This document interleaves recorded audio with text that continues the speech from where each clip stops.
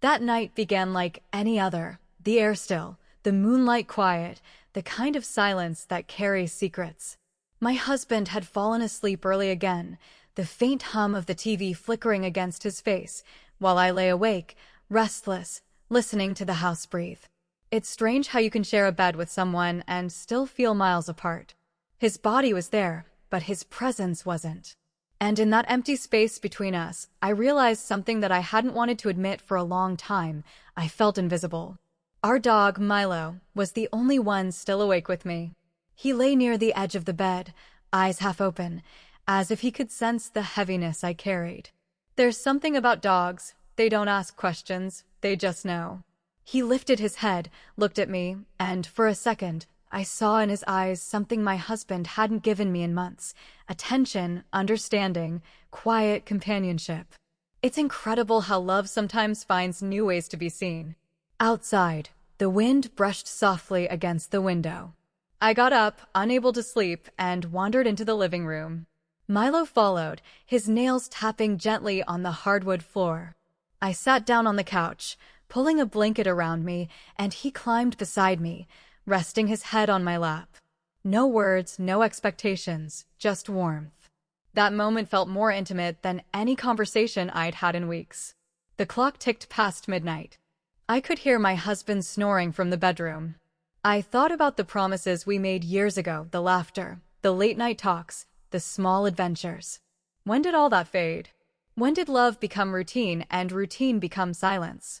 I stroked Milo's fur and whispered, "You're the only one still listening." He tilted his head, as if he understood every word. His eyes had that deep, patient kindness, the kind that doesn't judge or pull away. I felt tears gather in my eyes, not because of sadness, but because of the quiet truth that love doesn't always come from where we expect it. Then it happened. A sound from outside, faint, uncertain. A soft thump. Milo's ears perked instantly.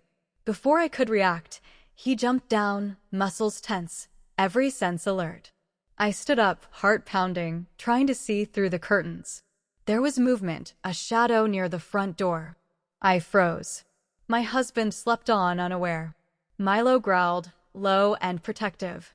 The kind of sound that comes from instinct, not fear. In that instant, something primal filled the air, courage. I followed him, whispering his name, but he didn't look back. He stood between me and that door, ready to defend me with his life. Then came the knock, slow, deliberate, echoing through the hallway. I could feel my pulse in my throat. Milo barked once, sharp and fierce. Whoever was on the other side hesitated. The handle moved slightly. And just like that, silence again. We waited. Seconds felt like hours. Finally, footsteps retreated. The night swallowed them whole. Milo turned, looked at me, and wagged his tail softly, as if to say, "It's okay now." I knelt down, wrapping my arms around him. My tears fell into his fur. He had protected me, not just from danger, but from the loneliness I had been hiding. That was the moment I realized what my husband never could do: feel. Not just exist beside me, but feel the fear, the silence, the love. Milo didn't need to say anything. He simply stood there, heart beating against mine, reminding me that connection doesn't always need words. When I finally woke my husband and told him what happened, he mumbled something about calling the police in the morning and went back to sleep. Milo stayed beside me until dawn, his eyes heavy but watchful, his breathing slow and steady, like a lullaby for my soul.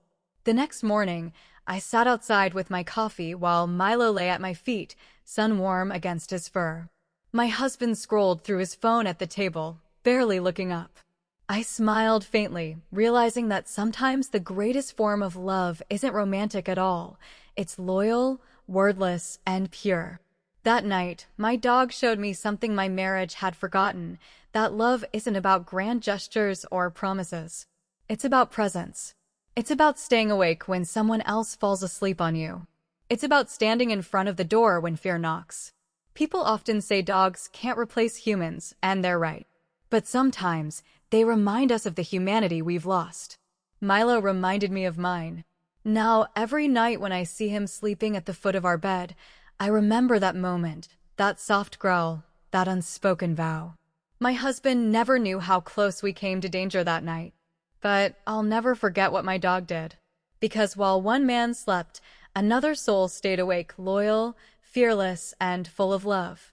And maybe that's the secret to it all. Love isn't about who you share a bed with. It's about who stays awake when the world turns dark.